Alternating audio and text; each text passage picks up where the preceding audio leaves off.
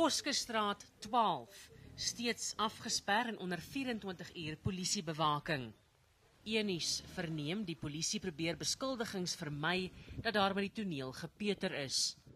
Terwyl die kommentaar van die polisie en mediese dienste vaag bly, leef mense hier in vrees. Ons weerhou die vrou se identiteit op haar versoek. Eunice se susterkanaal ENCA het met haar gesels. Ons het nog niks meer gehoor. Oh, okay. Dit is 'n groot geheim. Ek weet nie wat gaan aan. Ek werk nie lekker, die mense wat hier bly sê, hulle slaap nie saans nie. Hulle weet niks wat aangaan.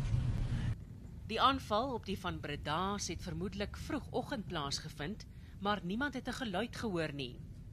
En niemand het niks gehoor daai oggendie. Nee, hulle sê niemand het iets gehoor nie. Eens die bure sê hulle het niks gehoor. Maar as die huise baie groot van binne, Dis baie is dit. groot, ja. So die mense buite soos die bure sal nie dalk kon gehoor het nie. Ja, dis baie ruim vir Terrike wat lê. Ja. Dit moes maar 2 verdiepinge wees.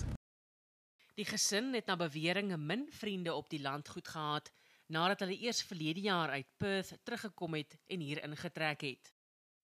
Daar word nou gefokus op die 2 oorlewende van Breda kinders, die 16-jarige Marley en 20-jarige Henry, om meer lig te werp op wat presies gebeur het.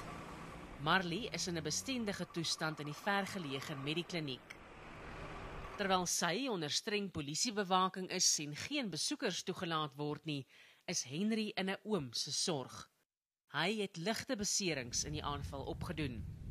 Vir nou het vreesbevange inwoners van De Zaltse geen ander keuse as om te wag op nuus oor presies wie van die 3 dubbele moord verdink word nie.